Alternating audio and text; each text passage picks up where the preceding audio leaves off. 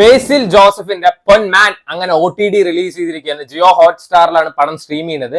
പൊന്മാൻ അല്ല, പലരും പൊന്മാൻ എന്ന് പറയുന്നത് കേട്ടിട്ടുണ്ട്. It's actually Ponman. Spiderman, Superman, Batman എന്നൊക്കെ പറയുന്ന പോലെ പൊന്മാൻ ആണ്.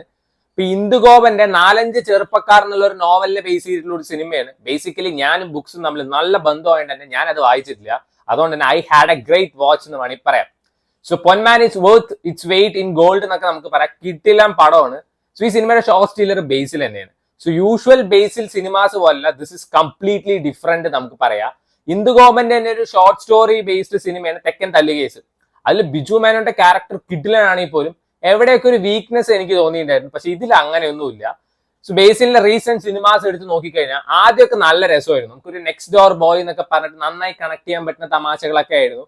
പിന്നീട് ആ ഒരു റിപ്പീറ്റേഷൻ ഭയങ്കര വെറുപ്പിക്കലായിട്ടാണ് എനിക്ക് തോന്നിയിട്ടുണ്ടായിരുന്നത്. ഇപ്പൊ ജയ ജയ ജയ ആയാലും, നൊണക്കുഴി ആയാലും, ഫാലിമി ആയാലും, ഇവൺ അജയന്റെ 2ാം വർഷത്തെ ക്യാരക്ടർ ആയാലും ഓൾമോസ്റ്റ് സിമിലർ ആണ്. പക്ഷെ ഇത് ആളി കംഫേർട്ട് സോണൊക്കെ ബ്രേക്ക് ചെയ്ത് ഷെല്ലൊക്കെ പൊട്ടിച്ച് വന്ന കിഡിലൻ പെർഫോമൻസ് ആയിരുന്നു. സോ ഈ സിനിമയുടെ ഷോ സ്റ്റീലറും ബേസിൽ തന്നെയാണ്.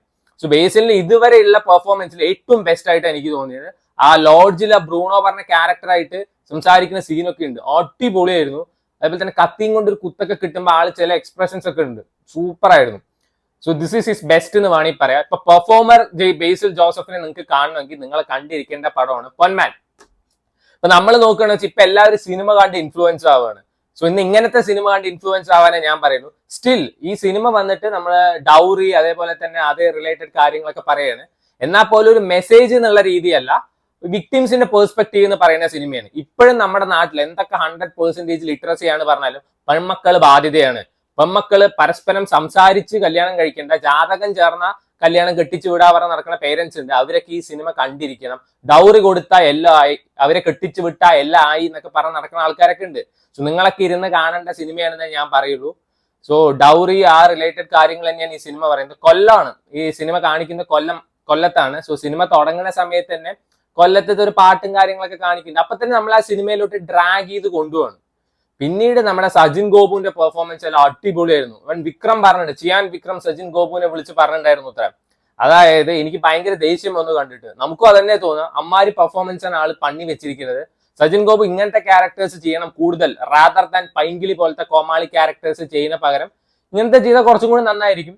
ലിജോ മോളൊക്കെ അടിപൊളി പെർഫോമൻസ് ആയിരുന്നു. ഭയങ്കര അണ്ടർ റേറ്റഡ് ആയിട്ടൊരു ആക്ടർ ആയിട്ടാണ് എനിക്ക് ലിജോ മോളിനെ തോന്നിയിരിക്കുന്നത്. അപ്പൊ ലിജോ മോളിനെ ഞാൻ ശ്രദ്ധിച്ചത് സിവപ്പ് മഞ്ചൽ പച്ചൈ പറഞ്ഞിട്ട് സിദ്ധാർത്ഥും GV പ്രകാശും കൂടിയുള്ള ഒരു പടം ഉണ്ടെങ്കിൽ 2019 എന്തോ ഇറങ്ങിയതാ. അതിനുശേഷം ആള് മറ്റേ ജയ് ഭീം അഭിനയിച്ചു. ഹെറർ പോലത്തെ പടങ്ങളൊന്നും ബേസിക്കലി എനിക്ക് ഇഷ്ടമായിട്ടില്ല. സ്റ്റിൽ ഇതിലും കിട്ടിലും പെർഫോമൻസ് തന്നെയായിരുന്നു. ഇനി ഇതേപോലത്തെ നല്ല സിനിമകൾ കിട്ടും വിചാരിക്കാം. അതേപോലെ തന്നെ ലിജോ മോളുടെ അമ്മയായിട്ട് അഭിനയിച്ച ഒരു ചേച്ചി ഉണ്ട്, അടിപൊളിയായിരുന്നു. ബ്രൂണോ എന്നുള്ള ക്യാരക്ടർ ഈ സിനിമയിൽ അഭിനയിച്ച ഈച്ച് ആൻഡ് എവ്രി വൺ അടിപൊളിയാണ്. സോ വീക്കെൻഡ് ഒക്കെയാണ്, ഫാമിലി ആയിട്ടൊക്കെ ടൈം സ്പെൻഡ് ചെയ്യണം വെച്ചാൽ ഹോട്ട്സ്റ്റാറിൽ പൊന്മാൻ അവൈലബിൾ ആണ്. Watch it, try it out. 2 മണിക്കൂറിന്റെ ചെറിയൊരു സിനിമയാണ്. സോ പ്ലീസ് വാച്ച് ഇറ്റ് എന്നേ പറയുള്ളൂ. അടിപൊളി പടം.